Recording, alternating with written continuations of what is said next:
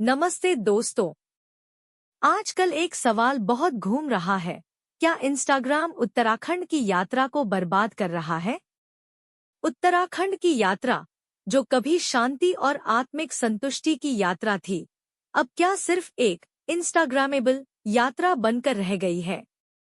क्या social media की वजह से हम अपनी यात्रा के असली उद्देश्य से भटक गए हैं? क्या हमने असली अनुभव को सिर्फ फोटो और वीडियो पोस्ट करने के लिए खो दिया है? चलिए, इस सवाल का गहराई से विश्लेषण करते हैं और समझते हैं कि क्या सच में उत्तराखंड में यात्रा का अनुभव बदल रहा है। उत्तराखंड की कुछ सबसे प्रसिद्ध जगहें अब पर्यटकों से इतनी भर चुकी हैं कि वहां का असली अनुभव गायब सा हो गया है। क्या आपको कभी ऐसा महसूस हुआ है कि जो जगह पहले बहुत शांत होती थी, वहां अब भारी भीड़ और शोरशराबा हो गया है? आप ये देख सकते हैं कि कितनी जगहों पर सिर्फ फोटो खिंचवाने के चक्कर में लोग अपने रास्ते भूल जाते हैं और आसपास के सौंदर्य पर ध्यान नहीं देते। दूसरी तरफ, कुछ लोग तो अपने सोशल मीडिया को लेकर इतने उत्साहित हो जाते हैं कि वे बिना सोचे समझे स्थानों की पवित्रता को भी नजरअंदाज कर देते हैं। ये समस्या सिर्फ भीड़ तक सीमित नहीं है, बल्कि उत्तराखंड की संस्कृति और शांति को भी खतरे में डाल रही है। अब बात करते हैं एक और गंभीर मुद्दे की, कूड़ा फैलाने का।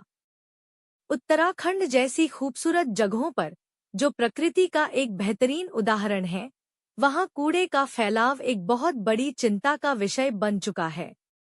क्या आप ये नहीं देखते कि पर्यटकों के आने से कितनी जगहों पर प्लास्टिक की बोतलें, बिस्किट पैकेट्स और अन्य कचरा फैल जाता है? ये हमारे प्राकृतिक सौंदर्य और जीवन के तरीके के लिए खतरे का संकेत है। कूड़ा सिर्फ दिखने में ही बुरा नहीं है, बल्कि ये उत्तराखंड की जैविक विविधता और पारिस्थितिकी तंत्र को भी नुकसान पहुंचाता है। क्या हम सच में इस तरह की यात्रा के लिए आए हैं?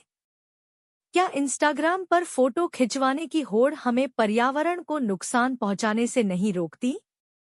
हमारी यात्रा का प्रभाव सिर्फ पर्यावरण पर नहीं, बल्कि स्थानीय समुदायों पर भी पड़ रहा है।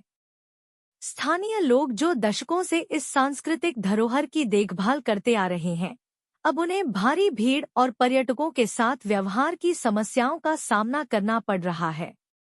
क्या आपको लगता है कि कुछ पर्यटक स्थानीय संस्कृति और रीति रिवाजों का सम्मान करते हैं, या फिर वे बस खुद के अनुभव को इंस्टाग्राम पर पोस्ट करने में व्यस्त हैं?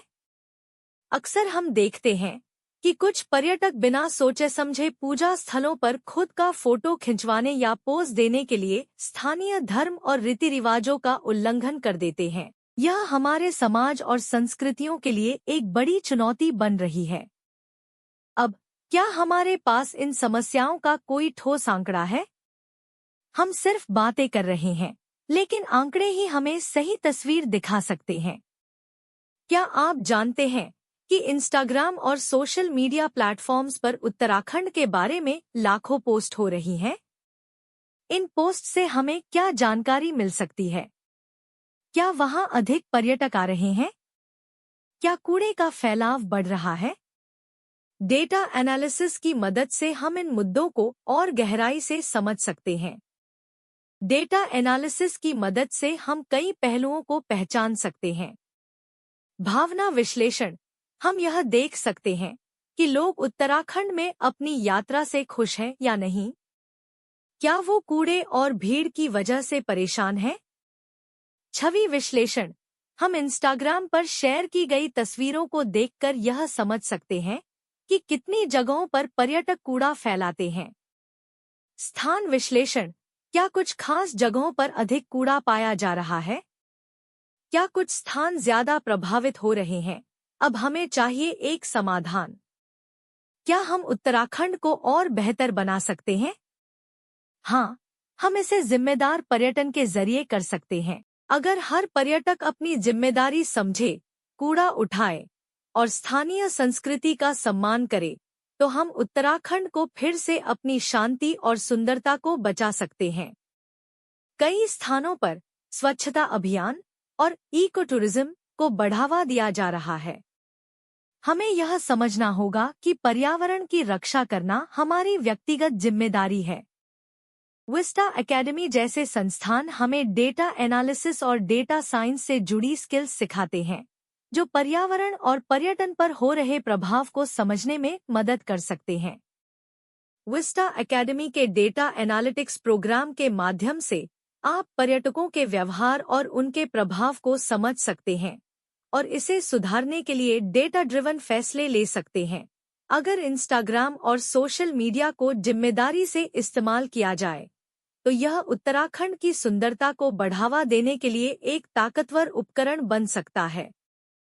हम सभी मिलकर सोशल मीडिया का इस्तेमाल पर्यावरण संरक्षण के लिए कर सकते हैं। अगर हम सोशल मीडिया पर अपनी यात्राओं से जुड़े सकारात्मक संदेश फैलाएंगे, तो हम दूसरों को भी प्रेरित कर सकते हैं।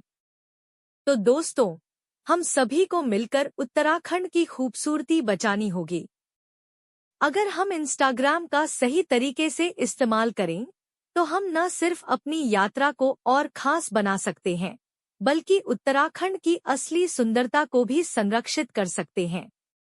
विस्टा एकेडमी से जुड़े और जानिए कैसे आप डेटा ड्रिवन प्रोफेशनल बनकर पर्यावरण की रक्षा कर सकते हैं। उत्तराखंड को एक बेहतर जगह बनाने में आपका योगदान अहम होगा। धन्यवाद।